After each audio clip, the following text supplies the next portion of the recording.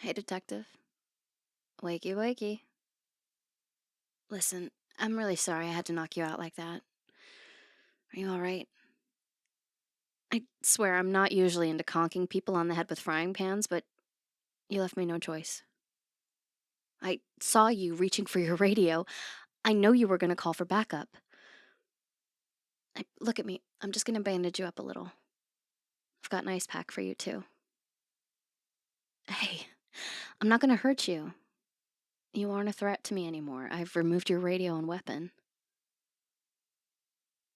Sorry I had to use your own handcuffs on you like this, but I needed to make sure you didn't attack me or anything when you woke up. Drink some water. Look, it's not poisoned or anything. If I wanted you dead, I wouldn't have bothered waking you up and looking after you. I would have left you on the floor in the warehouse. This? This is my hideout. It's a little small, but it's cozy and big enough for me. It's also hard to find, and your cell phone won't work in here, so don't even think about it. Now hydrate already. There you go. Better? How long have you been tailing me now, anyway? Yeah, we've been doing this song and dance for a while. If I didn't know any better, I'd say you seem to be a bit preoccupied with me. I'm pretty good at covering my tracks, so I have to admit, I'm surprised you figured out where I'd strike next. You must be pretty smart. Or pretty obsessed. Well, I don't see a ring on that finger. Is there another girl you stay up late thinking about, or is it just me? So, I'm sure you want to know about the warehouse. Why I was there, what I was taking, why I knocked you out and brought you here. But I'm not going to tell you anything unless you promise that when I'm done talking, you let me go. No arrests, no following me. I walk out that door, and you stop looking for me. I hate to break it to you, but you're the one chained to a radiator there, buddy. Unless you're into some Houdini crap, you're not going anywhere until I decide you are. And we can sit in silence until the heat dies down if you want to. I'm an exceptionally patient woman. That's what I thought. So let's start with the most obvious question, shall we? That warehouse belongs to my former boss. You might remember him as the guy you put away last month. I was in there taking back the collateral I gave him when he recruited me. You know firsthand he was a bad guy. I was his right hand until I realized exactly what he was up to. You ever wonder who tipped you off? You're welcome. I didn't mean to fall into this life. No one starts out wanting to be a thief. It was a profession born out of necessity for me, an easy way to get what I needed. And when my boss first found me, he was like a godsend. Better tech, better equipment, better contacts.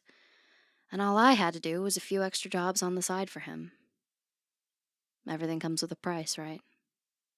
But he's into some truly shady things. I mean, it's one thing to rip off some rich guy in a gated community. It's another thing to hurt people. That's not something I'm okay with.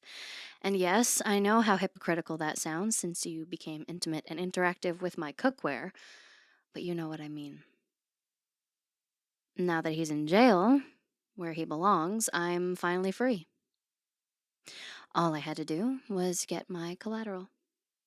Photos, info, a false confession he could use to keep me under his thumb.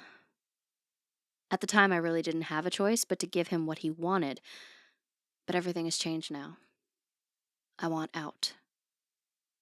And it would have gone off without a hitch if you hadn't picked today to go poking your nose into his other properties. I was ready to get out of this town, go somewhere and start over. Maybe settle down somewhere and give the white picket fence life a try. Now here I am, begging you to turn a blind eye and let me go. Yeah, I figured you'd say something like that.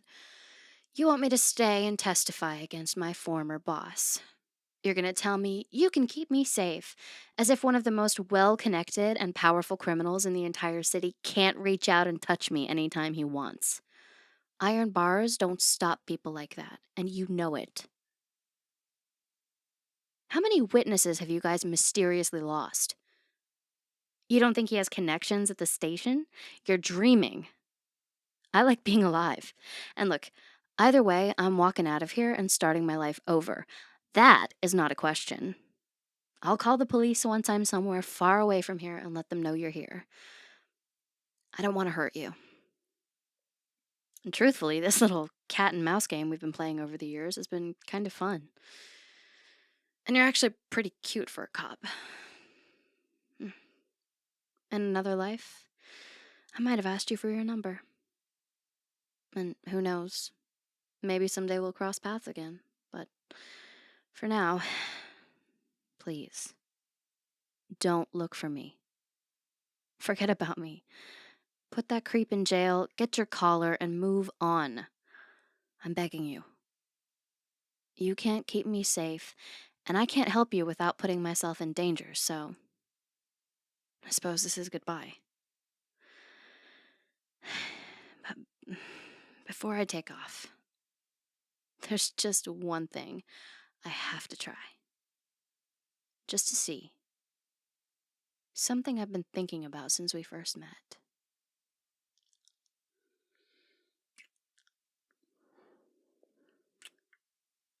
Mm. Somehow I knew you'd taste like that. Goodbye, detective.